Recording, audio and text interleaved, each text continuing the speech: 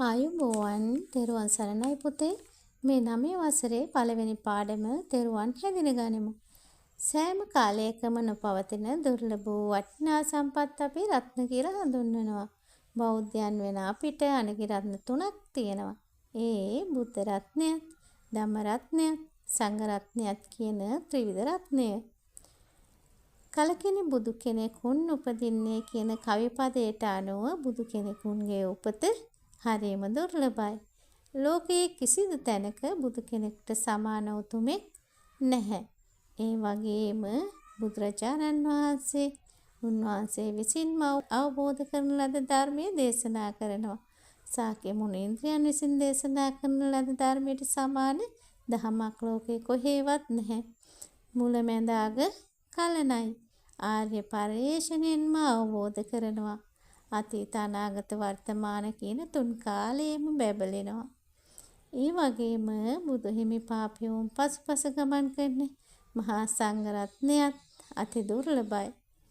සෝවාන් මග්ග, සකෘදාගාමි මග්ග, අනාගාමි මග්ග, අරහත් මග්ග සහ සෝවාන් ඵල, සකෘදාගාමි ඵල, අනාගාමි ඵල සහ අරහත් ඵලයටපත් මහා සංඝ රත්නය නැත්නම් අෂ්ටාර්ය පූජ්‍යලයෝ අපි මහා සංඝ රත්නයේ විදිහට හඳුන්වනවා.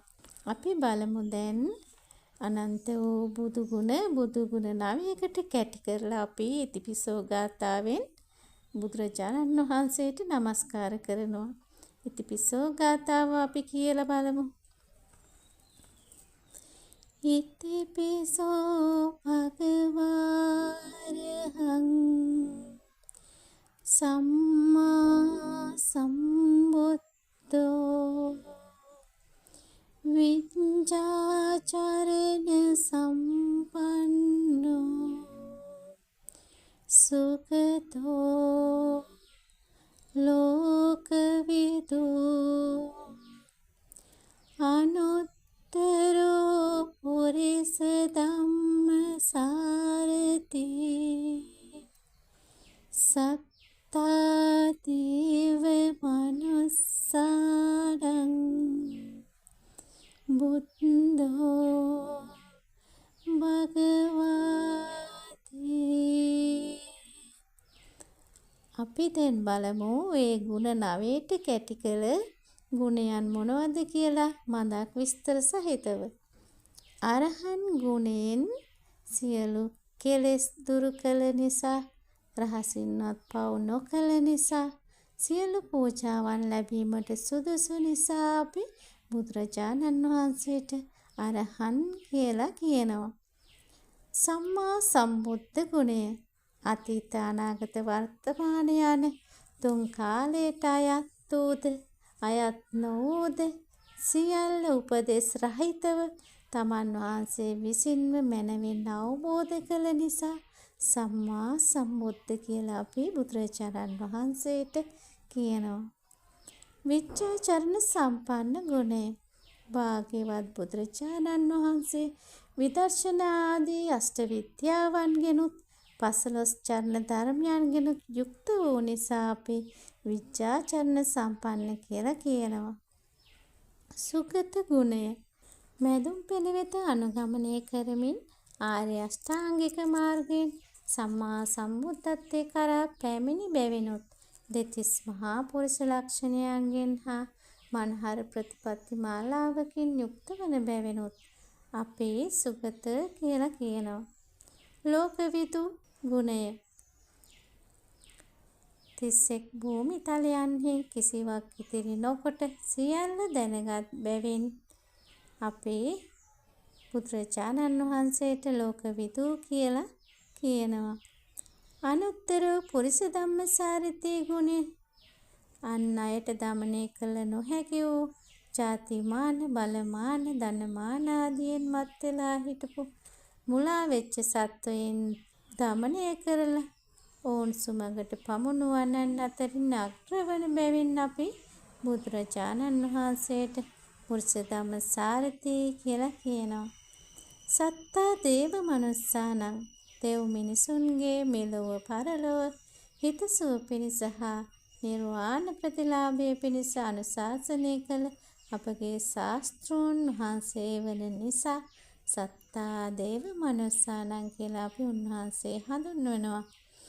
බුද්ධ ගුණය ගාම්භීර වූ චතුරාර්ය සත්‍ය තමන් විසින් අවබෝධ කරගෙන ලෝකයාටත් අවබෝධ කර වූ නිසා අපි බුද්ධ කියලා කියනවා. භගවා ගුණය අනන්ත ඥාන, අනන්ත 이르දි, අනන්ත බලයන්ගෙන් යුක්ත නිසා අපි බුදුරජාණන් වහන්සේට භගවා කියලා කියනවා. බුදුරජාණන් වහන්සේලා සිද්ධ කරන්නේ ලෝකේ සදා පවතින සනාතන දහම ලෝකයට සනාත කිරීම. පිරිනිවන් පාපුවාම බුදුරජාණන් වහන්සේ ලෝකයට ගුරු වන්නේ ධර්මය සහ විනය. ධර්මයේ දකින්නා බුදුරජාණන් වහන්සේ දකිනවා. ධර්මය රෝගියෙකුට බෙහෙතක් වගේ. ධම්මෝ හවේ රක්කති ධම්මචාරින් කියලා කියනවා. ධර්මයට අනුව ජීවත් වෙන්න ධර්මයෙන්ම රැකෙනවා කියලා. සබ්බදානං ධම්මදානං චිනාති කියලා අපි කියනවා. සියලු දානයන් ගෙන් ධර්ම දානය උතුම් කියලා. මෙලෙස කියා නිම කළ නොහැකි දහම් කඳ ගුණ 6කට කැටි කරලා අපි මේ විදිහට වන්දනා කරනවා. ස්වාක්ඛාතෝ භගවතා ධම්මෝ සන්දිට්ඨිකෝ අකාලිකෝ ඒහිපස්සිකෝ ඕපනයිකෝ පච්චත්තං වේදිතබ්බෝ විඤ්ඤෝ හීති. අපි බලමු ඒ ගුණ 6 මොනවද කියලා. ස්වාක්ඛාත කියලා අපි කියනවා මුලැමැද අග යහපත් වූ නිසා. සන්දිට්ඨික කියලා අපි කියනවා ධහම පිළිපදින්නාට මේ ආත්ම භවයේම ප්‍රතිඵල දැකිය හැකි නිසා. අකාලික කියලා කියනවා තුන් කාලයේම පිළිපදින්නාට මාර්ගඵල ලබා දෙන නිසා. ඒහිපස්සික කියලා අපි කියනවා විමසා බලා පිළිපැදිය හැකි දහමක් නිසා. ඕපනයික කියනවා තමා විසින්ම උපදවා ගත යුතු නිසා. වේදිතබ්බෝ කියලා අපි කියනවා තම තමන්ගේ නුවණ අනුව වටහා ගත යුතු නිසා. බුදුරජාණන් වහන්සේ විසින් අවබෝධ කරගෙන දේශනා කළ මේ මහා ධර්ම රත්නය සුරැකගෙන පරම්පරාවෙන් පරම්පරාවට ගෙන යන මහා සංඝ රත්නය ගැන අපි ඊළඟට කතා කරමු. සංඝ කියනවා සමූහය කියන අර්ථයෙන්. මාර්ගඵලලාභී සංඝ සමූහය ගැන අපි කතා කරන්නේ අෂ්ටාර්ය පුජ්‍යලයන් විදිහට. මේ අය ගිහි ගෙයින් නික්මිලා තමන්ගේ හා ජනතාවගේ විමුක්තිය සඳහා ක්‍රියා කරන පිරිසක්.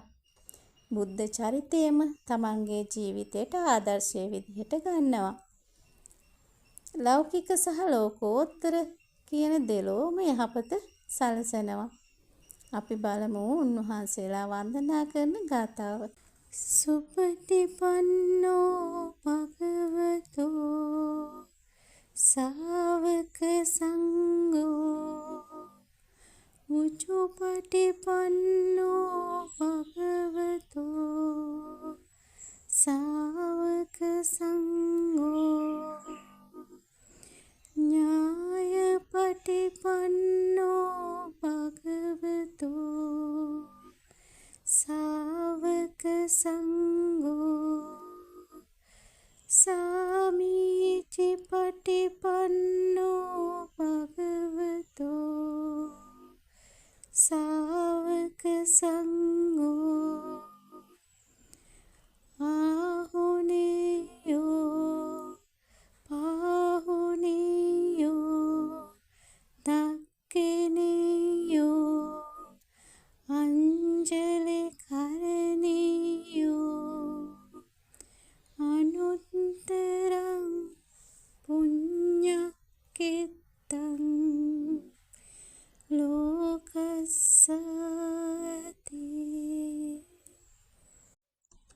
මේ ගාථාවේ අනන්ත වූ සංඝරත්නයේ ගුණ 9කට කැටි කරලා දක්වනවා. අපි බලමු ඒ ගුණ 9 මොනවද කියලා. සුපටිපන්න ගුණය. වත් පිළිවෙත් හොඳින් සපුරමි. අෂ්ටාර්ය පුච්චලයන් නිසා අපි සුපටිපන්න කියලා කියනවා. උජුපටිපන්න ගුණය. මැදුම් පිළිවෙත අනුගමනය කරන නිසා උජුපටිපන්න කියලා අපි කියනවා.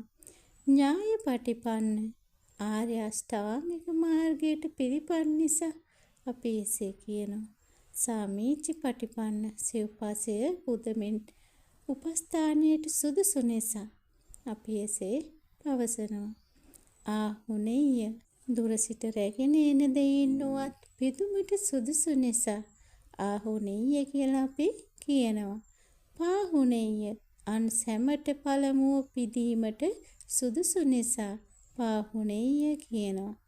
දක්ඛිනේය දන් දීමෙන් උතුම් සැපතට පත්විය හැකි නිසා දක්ඛිනේය කියලා අපි කියනවා.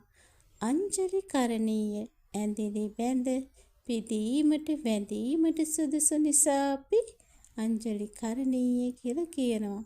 අනුත්තරෝ සැදැහෙන් පින් බීජ වපුරන්නට හොඳ සරු කෙතක් නිසා මහා සංඝරත්නයට අපි කියනවා අනුත්තරෝ කියලා. ආදරණීය දුවේ පුතේ තෙරුවන් ගුණ හැඳින ගනිමින් ත්‍රිවිධ රත්නයේ කෙරෙහි ශ්‍රද්ධාවෙන් ඔබේ හද මඩල පුරවා ගන්නා එම ගුණ හැකිතාක් තම ජීවිතය තුළ ඇති කර ගනිමින් සාර්ථකත්වයේ උදෙසා ඒවා යොදා ගන්නා මෙලොව පරලොව යහපතම සලසා ගනු ලබන සුන්දර දරුවන් පිරිසක් බිහි කිරීම මේ පාඩමේදී අපි බලාපොරොත්තු වෙනවා. ආයුබෝවන්.